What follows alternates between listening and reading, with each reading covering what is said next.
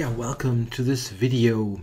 Yeah, this is a video about my tournament in Bad Wiessee, the Open Bavarian Championships.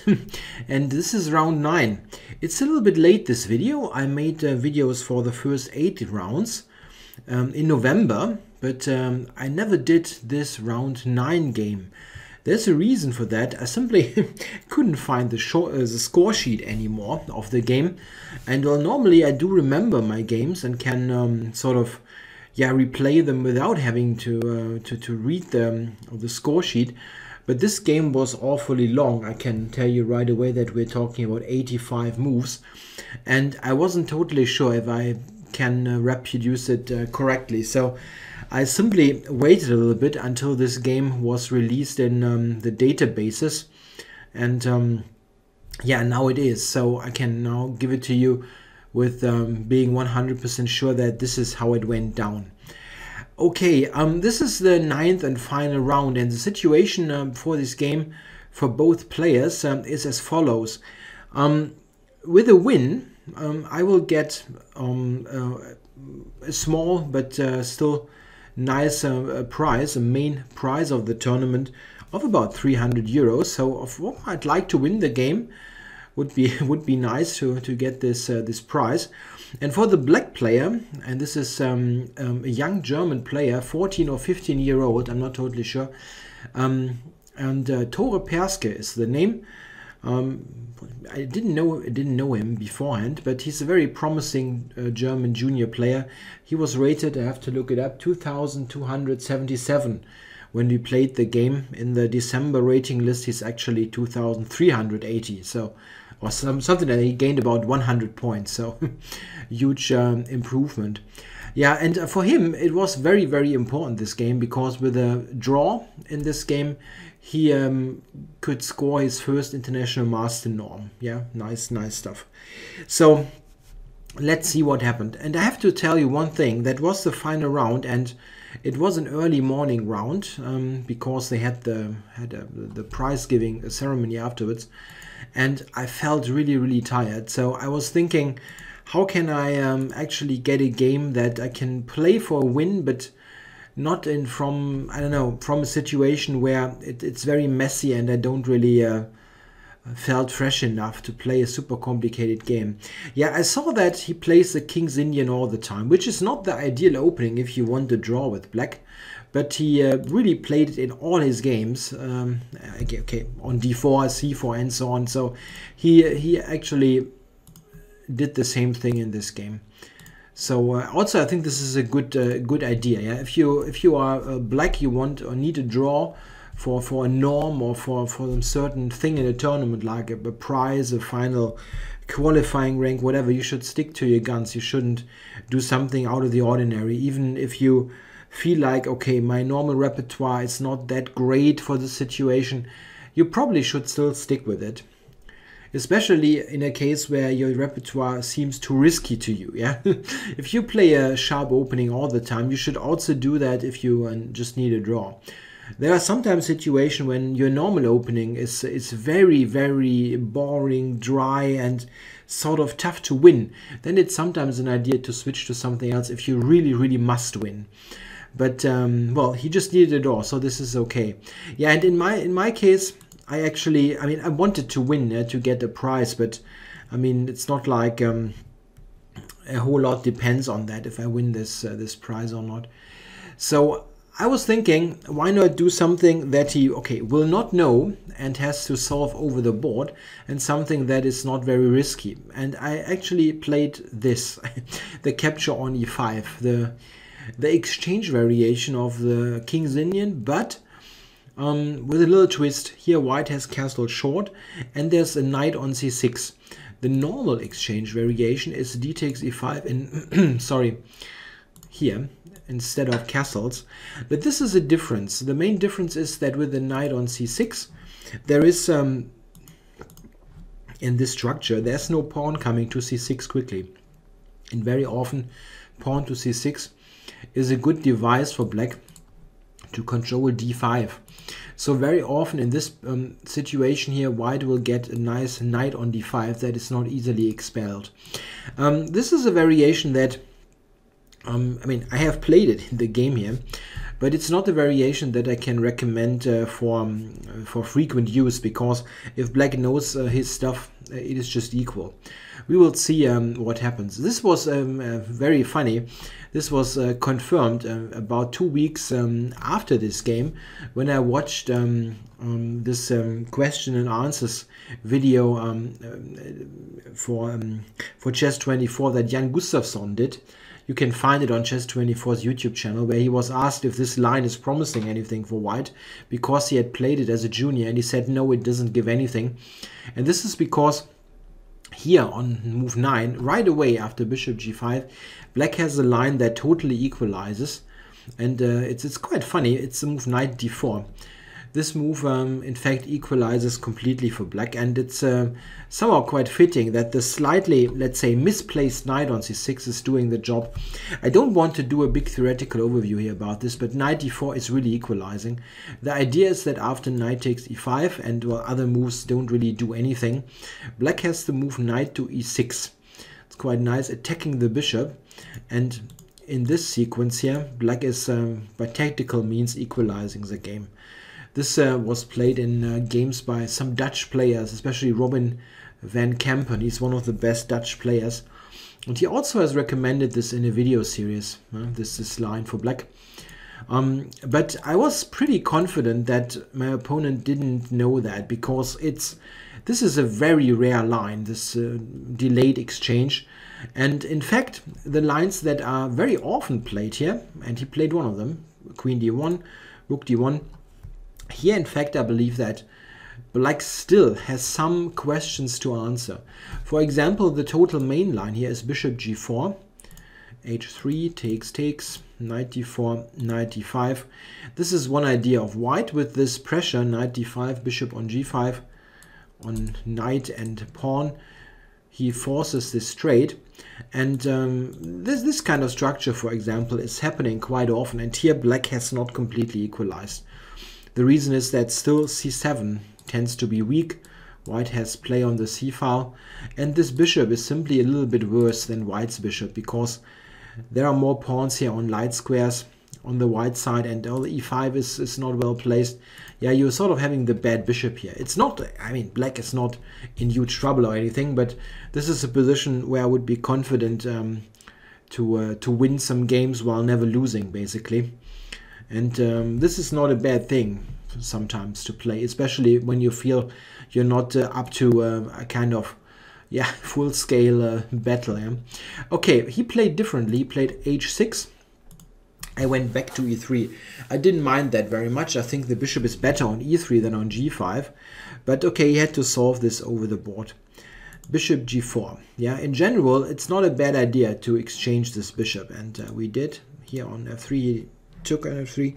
It's not a bad idea, because this bishop here is trading against the knight, and in general this should help black to get control over d4. But white here has won a couple of tempi, and I'm controlling d4 at the moment. He cannot use this square easily. Yeah, still I didn't expect the following move, and I really don't like this setup very much. He played rook fc8, knight d5, and he expected knight takes d5. Still, with this structure coming up, which is quite similar to what I've shown before. It in fact could be almost a transposition. And here black is suffering a little bit, but I mean, it's not a big deal. This is what I expected, but it didn't happen. He played differently. He chose a different setup. Let me switch back. After knight d5, he played the move knight to e8, which really surprised me. Yeah, simply because I played c5 now, quite obviously, what else? And I take away this important square for the knight, and I really don't know what the knight is doing on e8. Of course, now you're free again to move the c8 rook, as c7 is protected, but in this position, white is definitely a little bit better. Rook d8, rook c1, all this feels very normal. Rook b8. Yeah, he could have played knight d4, but then I will take and play c6, which is very similar to the game. I will discuss the structure a little bit later, so I won't do this now. We will see something almost the same in the game a little bit later. So he played rook d8, and I went b4. Yeah, I simply wanted to get to the mentioned structure. King f8, black cannot do really much. b5, knight d4, takes. Yeah, this position. It is simply a little bit better for white. I mean, a little bit is maybe an understatement. If we look at this, I went knight b4 now. He played h5, which is not a bad idea. It takes this option out of the position and maybe allows to play bishop h6 at some point. Yeah, I consider this position to be much better for white actually, because of various reasons. White has much more space available. I've got those pawns advanced. I have a target actually in this position. This is the d4 pawn. This pawn is somewhat disconnected from the rest of black's position, and sometimes I can just attack it and win it. Yeah, stuff like, let's say, rook c4 attacks the pawn already a couple of times, and there's also always knight d3 with a fantastic blockading situation against the pawn. The knight on e8 is passive, and there are also ideas to play on the queen side. I think right here I missed an opportunity to put more pressure on black. I played the move c6 here relatively quickly, and it does preserve an advantage, no doubt. And during the game I was pretty sure that this was right. But there is a better move even. The move rook c4 first is better. And at first I thought when I looked at this at home it doesn't matter very much, but this is really a better move. The idea is that while c6 is of course forcing a pawn structure that is favorable for white, this is even more favorable because, well, I can play c6 at basically any time that I want. And here I'm still controlling this d6 square. That's very nice. And I have another idea actually. The idea is to, at the right moment, play knight d3, e5 and isolate this pawn completely on d4. Yeah, like this, and maybe even rook e1, e4, and then d4 will fall. Another idea is that after a subsequent knight d3, I have rook a4 available. Yeah, let's put some moves on the board. Yeah, let's say place bishop f6 just to start with something. Yeah, let's say g3, and my intention is maybe simply to put the bishop back, f4, e5, and I'm winning this pawn. What exactly is black doing against this? This is a really nice position. Or you can go king g8 here. Yeah, let's say g3, bishop. I'm just shuffling. Yeah, black cannot do very much.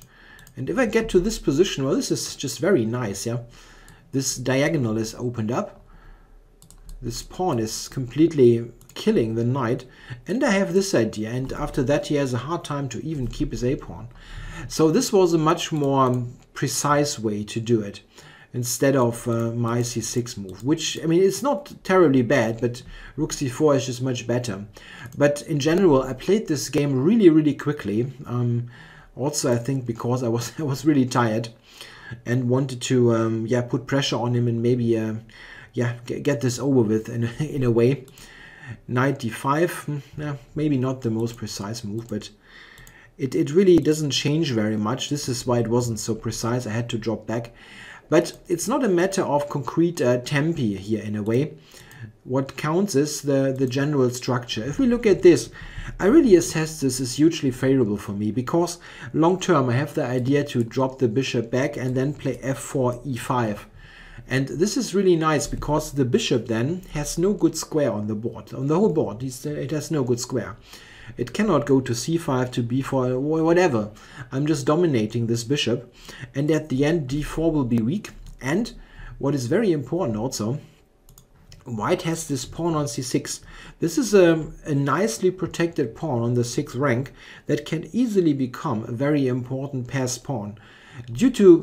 Mostly due to tactics. Quite often we would come to a situation where the c-pawn can be freed by means of an exchange sacrifice, for example, like a bishop on d6 The bishop is on d6, and I sometimes can just sacrifice here, the pawn takes, and then the c-pawn is ready to run. Sounds very abstract, but it's clear that this is in the position, and we will see some ideas of that later. But as mentioned here, I really played too quickly here. With some more precision, I think I could have made my job much easier. Here, instead of bishop g4, bishop g2, I'm sorry, intending this f4 idea, I had a much better option. It was more precise to start with rook c4. Again, rook c4. The idea is not to win the pawn here immediately. What I can do is, I can now, if he plays a6, which was the idea of rook a8, if he plays a6, I have this strong move. And now black cannot capture, of course, it drops a piece.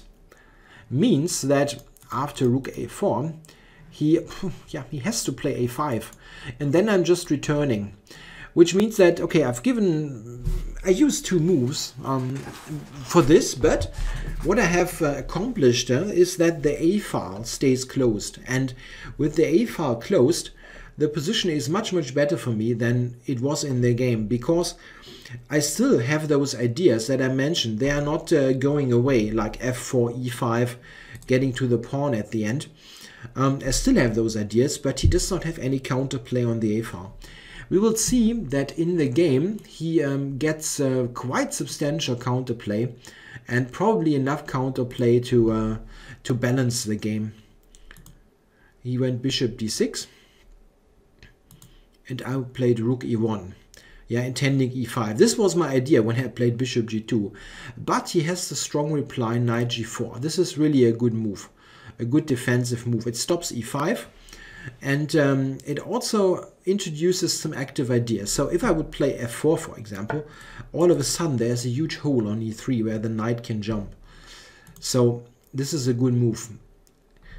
Of course, I didn't go f4. I played rook c4, looking at the pawn. But now he comes to play a6. And that's nice. Yeah, he has given up this pawn on e5 for counterplay. Yeah, okay, a4, have to do this. And now here he misses an opportunity, I think, to equalize the game and punish me for my bishop g2 move. He has equalizing chances also in the game, but here bishop e5 was strong. I didn't consider this move at all, I think, during the game. I don't remember exactly. It's been like 6 weeks, but it wasn't a move that I considered very much. It is strong, however. Yeah, it covers d4, and it's not so clear what I should do now. I mean, a move like f4 really weakens the position far too seriously. Yeah, there's this knight e3, rook a2, and so on. Note the difference. This position would be, I don't know. I mean, I think actually close to winning if I have the A file closed here. Yeah, but with the A file open, it's a whole different story. Yeah, bishop e5. It's not clear what I should do then. I mean, I can take, but he takes with the rook. And here's the counterplay. Yeah, something like rook b1, rook a2 is definitely enough for black to keep the balance. I mean, keep the balance is wrong. I mean, black is very comfortable here. Even. Yeah, I can take here. He takes here. Something like this, for example, is a line that should end in a draw ultimately. Something like this. Black is just far too active here. I always have these counterplay ideas against c7, so I'm not in trouble or anything, but I have no winning chances. So bishop g2 it was very inaccurate to play that. I really underestimated this idea here with knight g4, what he played. Yeah, so this happened, but now he didn't play bishop e5, played knight e5. I understand the idea totally, and I expected the move. What he wants to do is he wants to get to an opposite colored bishop situation. Not because, well, there's this knowing tendency that those situations are drawish, but also because that with just bishops on, there's always ideas here like rook to a2, bishop c5 with counterplay against the pawn. Yeah, here he played rook a5, and I went bishop f1. Yeah, here it should be noted that well, I had still, I think, 1 hour on the clock or something. I basically played this game in blitz mode, played really quickly, and he was in some severe time trouble by now. Here there are maybe ways to improve a little bit for black. Here he played rook a2, maybe rook a4 was a little bit more precise, but the real problem comes a little bit later.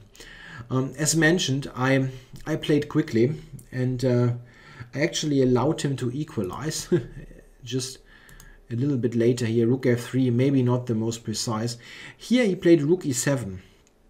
And f5 here was a good opportunity. A move that I really underestimated during the game. It was a kind of situation where I thought, okay, well, this looks really risky, opening up the king and so on. But I really have no great reply to that move. I can cover e4 a little bit. He's not threatening to take it, I understand, but he's threatening to threaten that, let's say. And I don't really have a great response to that. I think black is totally okay after f5. He played rook e7, however. Yeah, this move, rook e7. Bishop c4. And here I have gained something. I have good control now over this. But he commits a mistake only on move 40. And this, I think, actually cost him the game. He played bishop e5. Here he should play rook b4, which is a much tougher defense. We will see why this is in the game. After bishop e5, rook b4, this was better. Something like rook d8, bishop c5. It's difficult for me now to activate my rook. This is the problem. The problem of the position is that my rook here on f3, it had some ideas against f7, but it's a little bit offside, and his rook is very active. It always attacks my weaknesses.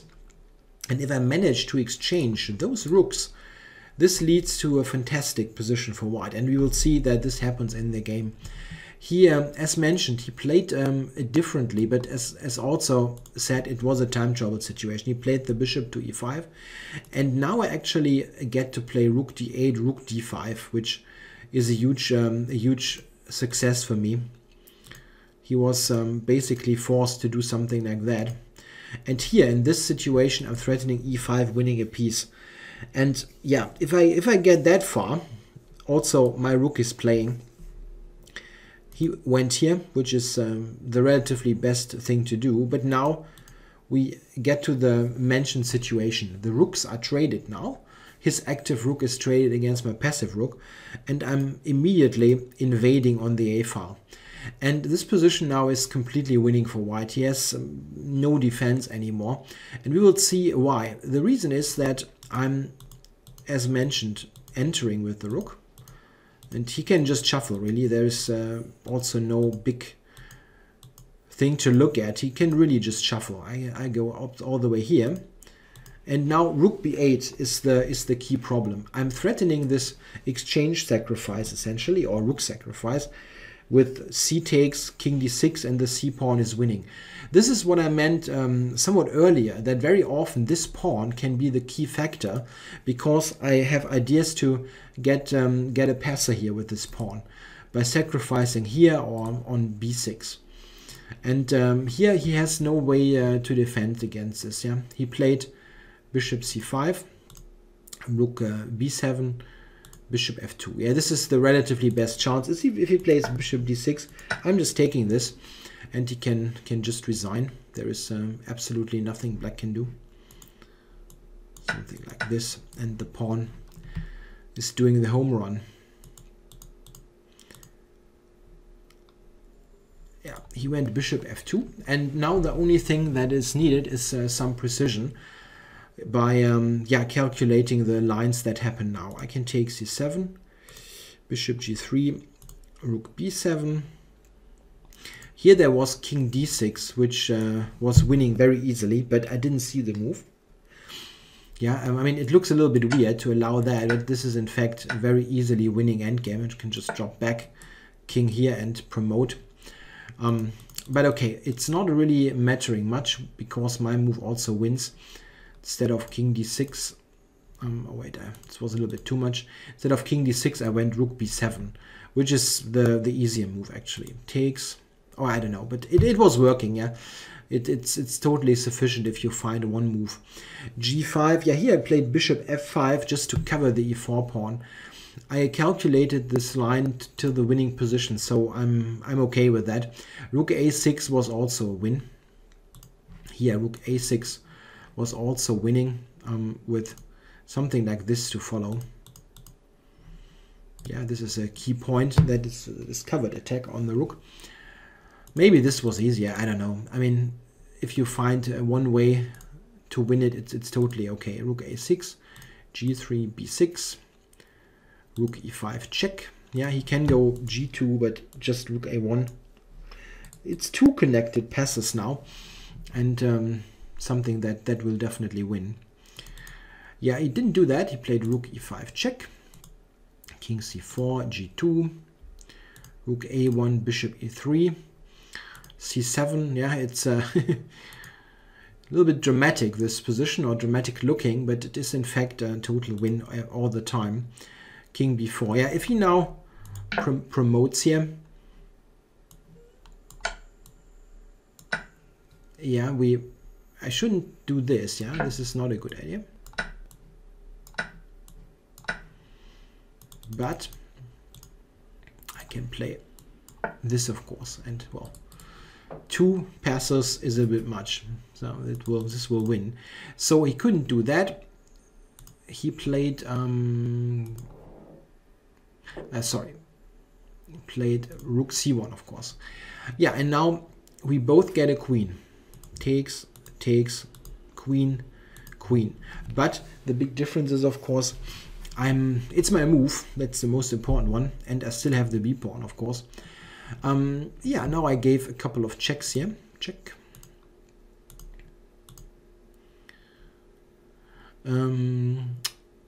Yeah, and here we come to one key moment. I mean, okay, I can put my move on the board. Play this. Yeah, and right here, this position I had seen a couple of moves earlier, and I was just thinking, okay, well, this has gotten somewhat complicated with those, yeah, with this g pawn and so on. And let's play it as simple as possible. And in my calculations, I thought that, well, queen c5 check, trading queens, should win very easily. Yeah, I have the b pawn and I will get the h pawn. This is what I saw. Yeah, like, I mean, I can put it on the board. Queen c5, this is what I played. Takes. He does that and this. And then I thought, well, I will always win the h pawn. And those two pawns, they are so far away from each other, this wins very easily. We will look at this in the game. However, if I had looked just a little bit more, then I would have easily seen that instead of queen c5, I can just play, I mean, I could have done this earlier, but let's just put it on the board, something like that here. A problem is that this position here, I'm just winning this pawn with check. He has absolutely no way around that. Yeah, I mean, something like this, for example. Yeah, this is even leading to a mate in a couple of moves. But in other cases, I will just win this with check, and I can even actually check him all the way, and at some point again trade the queens on c5, but now with two pawns instead of just one pawn. So this series of checks would have won very, very simply instead of queen c5, but I don't know. I was simply not seeing things very clearly at this point. Where was I? Yeah, here I played this mentioned queen c5. Yeah, he took. Actually, if I give those checks, the computer is giving this as plus 15. Yeah, maybe it finds a mate if you give him a little bit more time, or give it a little bit more time. Yeah, this is what happened in the game, and I put this on the board very quickly. And yeah, bishop g6, and I thought, well, this is easy, right? I win the pawn and so on. Then he played king e6, and then I recognized that there is a slight problem here. If I now take the pawn, he will play f5, and to my not very pleasant surprise, this is of course a draw. Yeah, he trades e against f pawn, and now we have this dreaded situation with the wrong colored bishop. Yeah, this is a light squared bishop, it's an h pawn, and here he can just drop all the way back in the corner and always sacrifice the bishop for the pawn. A total draw. Yeah, something I just want to show it if there's someone around who does not know the draw. It's a very famous one, but still, yeah, black just goes into this corner and I have no way forward. Yeah, I can just show it briefly. Yeah, I can put this up and here. Now I'm actually blundering the pawn, but let's say I do this here and this and this, and we come to this position and there is absolutely no way forward. Yeah, I can only play h7 for a stalemate or this for a stalemate, but I can never get the king out of the corner. And I mean, of course I know this draw, but when I played queen c5 I simply didn't see the idea. I don't know why, but I simply didn't see it. And it's really a situation after king e6. Here, it's just a draw. It's really just a draw. During the game, I was still thinking, okay, maybe there is some tricky way to win, but I continued, of course. But in fact, rather quickly, I stumbled into a threefold repetition. Of course, being very disappointed. It was very clear that it should have been a total win, yeah, and I just tried a little bit of something here, but he had the presence of mind here to claim a threefold repetition correctly. It was a threefold repetition. I didn't see this at the time, but he recognized it immediately and caught the arbiter to claim a threefold here for a draw. Yeah, he really put up a tough defense, and I guess this way also earned his norm. It was a case where he really had to sweat for it. So okay, I wasn't very enthusiastic after the game, as you can imagine, because well, I mean, there were multiple ways to win this, and the easiest was to simply not do this queen trade, but to give this series of checks and just win the pawn. But I was simply at the time I was thinking, okay, this is a total win in the end game, but it simply isn't. Now, this is the big problem. And king e7 is precise. Can I actually play bishop g6 here? Yeah, still king e6. Yeah, it's just a bloody draw. Yeah, well, queen c5 is ridiculous anyway. Yeah? I need to keep the queens on and then I win the pawn with checks. It was a interesting game, strategically speaking. It was just totally spoiled by this this end where I really screwed it up totally. Yeah, okay, this was the final round of this this tournament. I had 6.5, yeah, 6.5 points out of 9 rounds at the end. So +4, I won. Let me think about it. Did I win 5 games? I guess I must, because I lost one. Yeah, I won 5 games.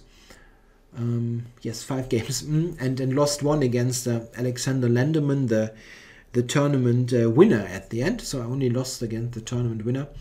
One highlight, of course, was the 100 move draw against Makumian, #1 seed.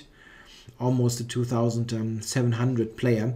But I also definitely noticed that I was really suffering from fatigue at the end of the tournament. The final round here really, it was tough. It was tough for me. It seems that I mean, my physical fitness isn't very great, and this at the end of the tournament, I really felt it. So it's certainly something to improve upon. Yeah, okay, I hope you enjoyed the coverage of this tournament, and I think this game was interesting despite the somewhat disappointing finish. Yeah, I'm just thinking, is it clear that this is really a draw to you? I mean, it was a threefold at the end, but maybe we can look at this a little bit. I mean, still, here it was a threefold, but the thing is that it has a fortress type of quality. Yeah? Black is just blocking everything here, and whenever I try to win the pawn, he has king e6 and f5. This is really the problem. There's also no way to win by tempi or anything. Yeah, like something like that. He always has a king move, and I don't get anywhere. Yeah. Yeah, I think it should be a pretty apparent draw. I mean, when I was sitting there, I was thinking, I always hope, but there is really no way forward, unfortunately. Yeah, okay, I hope you enjoyed it. Thanks for watching.